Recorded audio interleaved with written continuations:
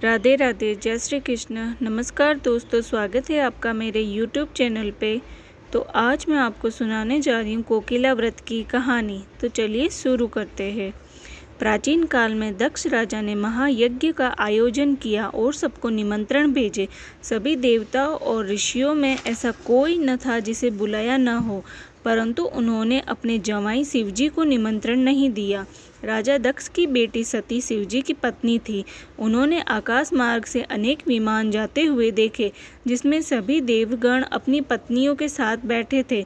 उन्होंने शिवजी से पूछा, प्रभु ये देवगण कहाँ जा रहे हैं?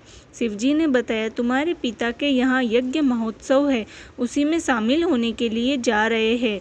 सती ने कहा, नाथ हमको भी वहाँ चलना चाहिए। शिवजी ने उत्तर दिया, हमको तो कोई निमंत्रण ही नहीं आया है प्रिय। सती हट करने लगी और समझाने पर भी न मानी तो शिवजी ने अपने गणों के साथ उन्हें भेज दिया, परंतु वहां जाने पर उनका अत्यंत अपमान किया गया। कोई भी उनसे सीधी बात नहीं करता था। उनकी माता और बहनें भी पिता के डर से उनके करीब न आई। यह देखकर दुखित सती वहीं अग्नि प्रकट कर भस्म हो गई। तो उनके साथ गए गणों ने यज्ञ का विध्वंस आरंभ कर दिया और उनमें से कुछ गण भागकर शिवजी के पास गए और सब समाचार सूचित किया। सती के भस्म होने की बात सुनकर शिवजी अत्यंत क्रोधित हुए।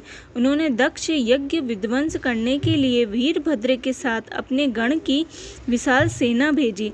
उन सब ने वहां विध्वंस प्रारंभ किया और दक्ष सहित उनके यहाँ आए हुए अनेक देवता मार डाले। किसी की आंखें फोड़ी, किसी के दांत उखाड़े। यह देखकर देवताओं ने विष्णु भगवान से प्रार्थना की। विष्णु भगवान ने प्रकट होकर कहा कि शिवजी को प्रसन्न करने का प्रयत्न करो। अब सब मिलकर शिवजी की आराधना करने लगे।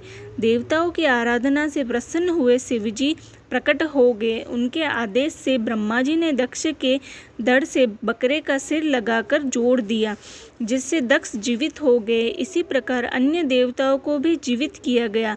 दक्ष को तो शिवजी ने माफ कर दिया, परंतु उन्होंने सती को शाप दिया कि वो उनकी आज्ञा न मानने के कारण 10,000 वर्ष तक कोकिला बनी हुई वन वन घूमती रहे।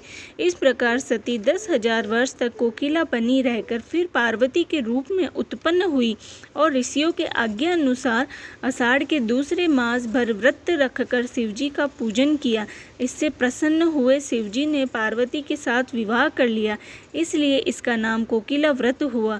यह व्रत कुंवारी कन्याओं के लिए श्रेष्ठ पति प्राप्त करने वाला होता है। बोलो शंकर भगवान की जय।